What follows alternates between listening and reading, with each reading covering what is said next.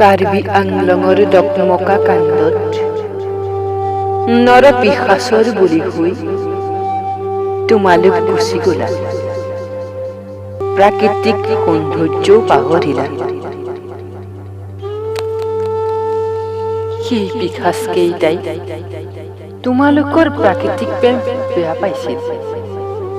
সৌন্দৰ্যৰ সোণ বুটলা সিহঁতে সহিব পৰা নাছিল। নহলেনো তোমালোকক নিশেষ কৰিব পাৰেনে? জানানে, সিহঁত বৰ নিষ্ঠুৰ, বৰ নিষ্ঠুৰ। তোমালোকক জীয়াই থাকিবলৈ নিদিলে।